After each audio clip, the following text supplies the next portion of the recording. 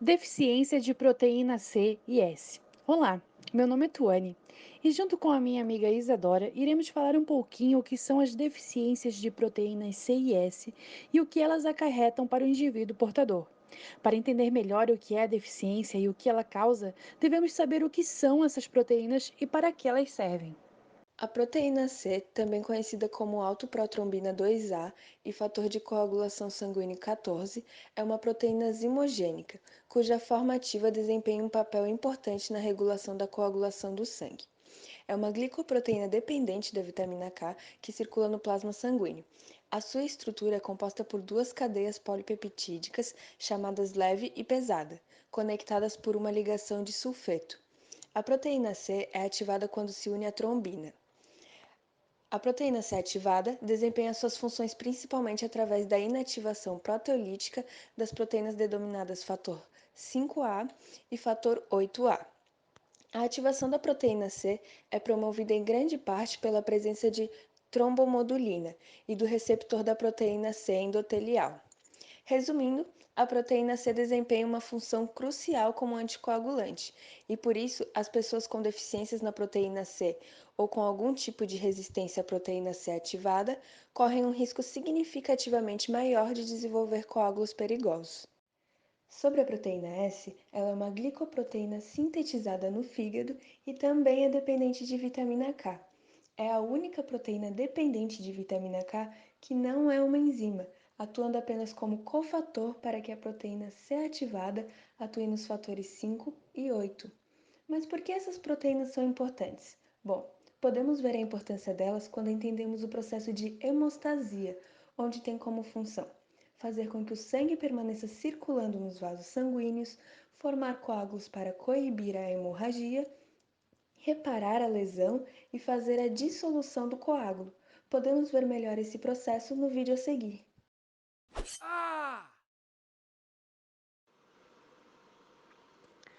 Ao ter um corte, por exemplo, temos uma lesão tissular, que é o estímulo para tudo começar.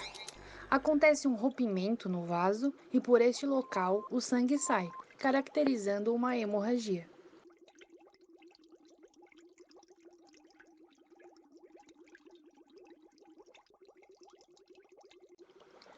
As plaquetas começam a se aderir no local da lesão e a lesão também ativa a agregação plaquetária.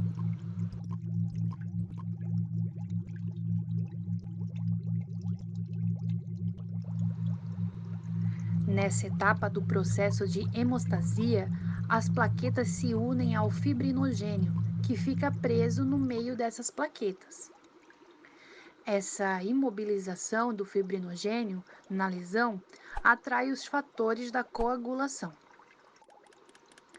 Esses fatores transformam o fibrinogênio num polímero chamado fibrina.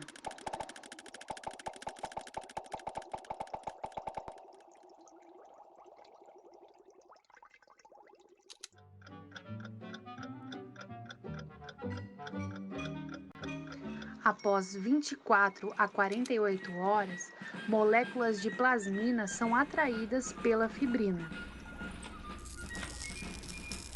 Essas moléculas destroem a rede de fibrina, num processo chamado fibrinólise. Claro que esse processo gera resíduos. Esses resíduos são fagocitados por macrófagos e eosinófilos.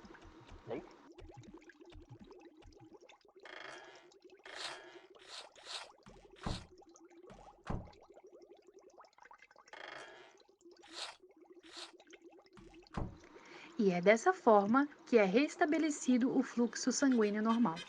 Então, as proteínas C e S são importantes no processo de inibição. Existe proteína S circulando no sangue. A partir do momento que há uma lesão, um estímulo, a proteína S é ativada e irá ativar a proteína C. Não entendeu? É simples. O estímulo é a lesão vascular. Assim ocorre a expressão da célula endotelial com trombomodulina. Dessa forma, ativa a trombina, logo a proteína C é ativada e ocorre a inibição dos fatores 5 e 8. Quando existe alguma mutação ou deficiência de proteína, irá sobrar o fator 5 e 8 e por isso a pessoa terá predisposição a eventos trombóticos.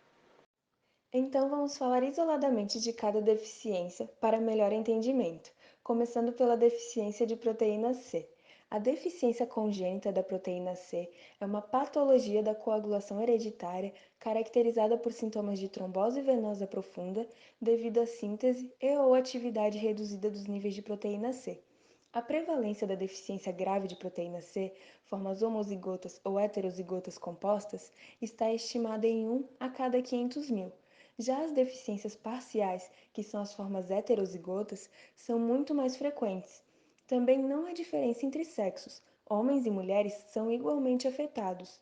Na visão clínica, os doentes com níveis de proteína C não detectáveis manifestam normalmente a doença várias horas ou dias após o nascimento, com púrpura fulminante ou trombose venosa profunda. A púrpura fulminante é uma patologia condicionando o risco de vida envolvendo coagulação grave disseminada pelo corpo, causando necrose dos tecidos. Os doentes com níveis baixos, mas detectáveis de proteína C têm sintomas mais ligeiros, em geral semelhantes aos dos indivíduos heterozigóticos. Normalmente, os doentes com deficiência da proteína em heterozigota são assintomáticos até a idade adulta. Os episódios trombóticos são principalmente provocados por outros fatores de risco, como cirurgia, gravidez e imobilização.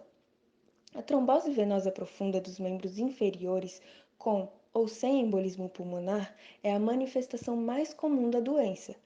Pode também ocorrer trombose venosa cerebral ou mesentérica. Sobre a etiologia da doença, essa deficiência da proteína C é causada por mutações no gene PROC 2Q13 e Q14, que controla a produção de proteína C. A transmissão é autossômica recessiva. O diagnóstico é baseado na quantificação dos níveis de proteína C.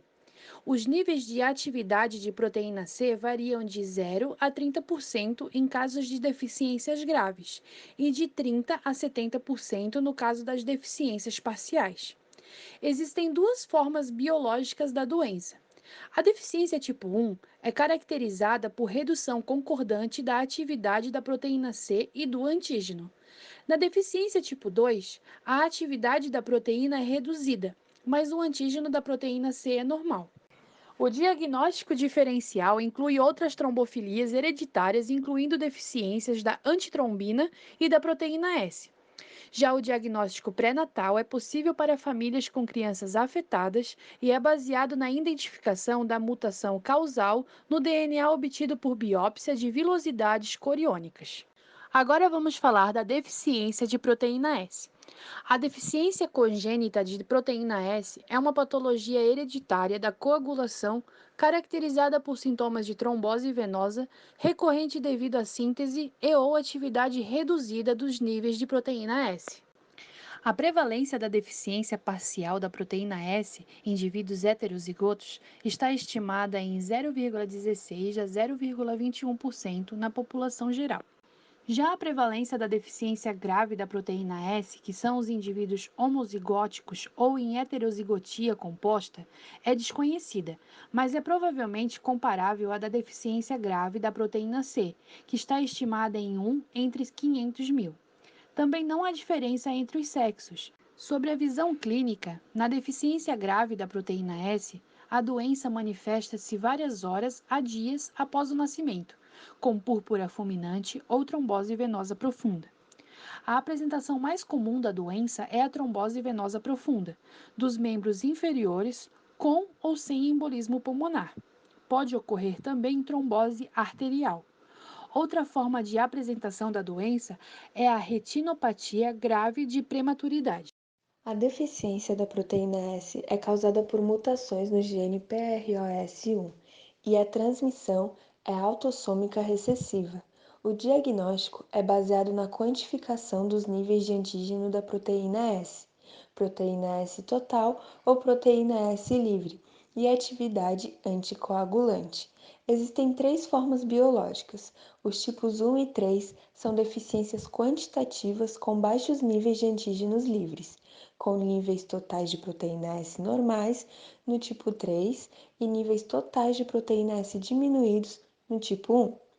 Já o tipo 2 É uma deficiência qualitativa, com níveis normais de proteína S total e livre. Para o controle da doença e tratamento, temos a administração de concentrados de proteína C. Podem ser necessários procedimentos cirúrgicos para a excisão das lesões trombóticas. Os doentes com tromboses são tratados com terapia anticoagulante com heparina e varfarina. O tratamento preventivo é indicado para casos com uma forte história familiar de doenças trombóticas, durante o período periparto ou perioperatório. O prognóstico pode ser mau para os doentes homozigotos ou heterozigotos compostos. O prognóstico é favorável para os doentes heterozigotos. Com o tratamento e a monitorização adequados, o risco da doença tromboembólica é marcadamente reduzido e a mortalidade pode resultar de embolismo pulmonar.